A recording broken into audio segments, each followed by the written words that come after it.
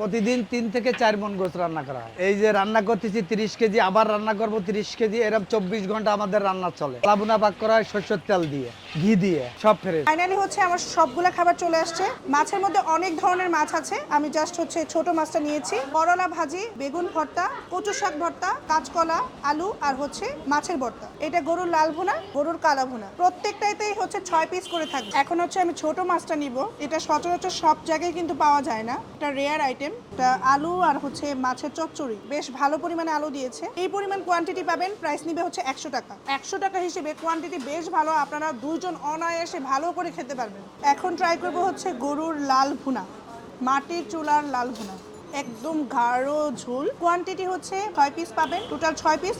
এই হচ্ছে মাংসের সাইজ, যেহেতু জালের উপর থাকে তো আরো সফট হবে। আমি একদম ফার্স্টের দিকে আসছি, একদম বাটা জিরার একটা ফ্লেভার পাচ্ছি, ঝাল নাই, টেস্ট ভালো। মাটির চুলায় রান্না করলে যে টেস্টটা আসে না, এক্স্যাক্টলি সেরকম টেস্টটা আসলেই ভালো। হচ্ছে কালা ভুনা, আর এখানকার হচ্ছে কাস্টমার থেকেই জানতে পেরেছি যে এখানকার কালা ভুনাটা অনেক ভালো। আর এখানে হচ্ছে আপনার কালা ভুনা এরকম 6 পিস পাবেন, দেখেই বোঝা যাচ্ছে যে এটা শুধু তেলের উপর রান্না হয়েছে। লাল ভুনা থেকে গরুর কালা ভুনাটা বেস্ট। কোয়ান্টিটি অনুযায়ী প্রাইস একদম ঠিক আছে। আপনারা যদি এখানে আসেন, আমি বলবো যে ডেফিনেটলি আপনারা এইটা আর হচ্ছে মাছের চচ্চড়িটা ট্রাই করবেন, ভালো লাগবে। রেস্টুরেন্টের নাম হচ্ছে বিসমিল্লাহ হোটেল অ্যান্ড রেস্টুরেন্ট, আর এটা লোকেশন হচ্ছে উত্তরা 13 নম্বর সেক্টর, জমজম টাওয়ারের ঠিক পিছনে।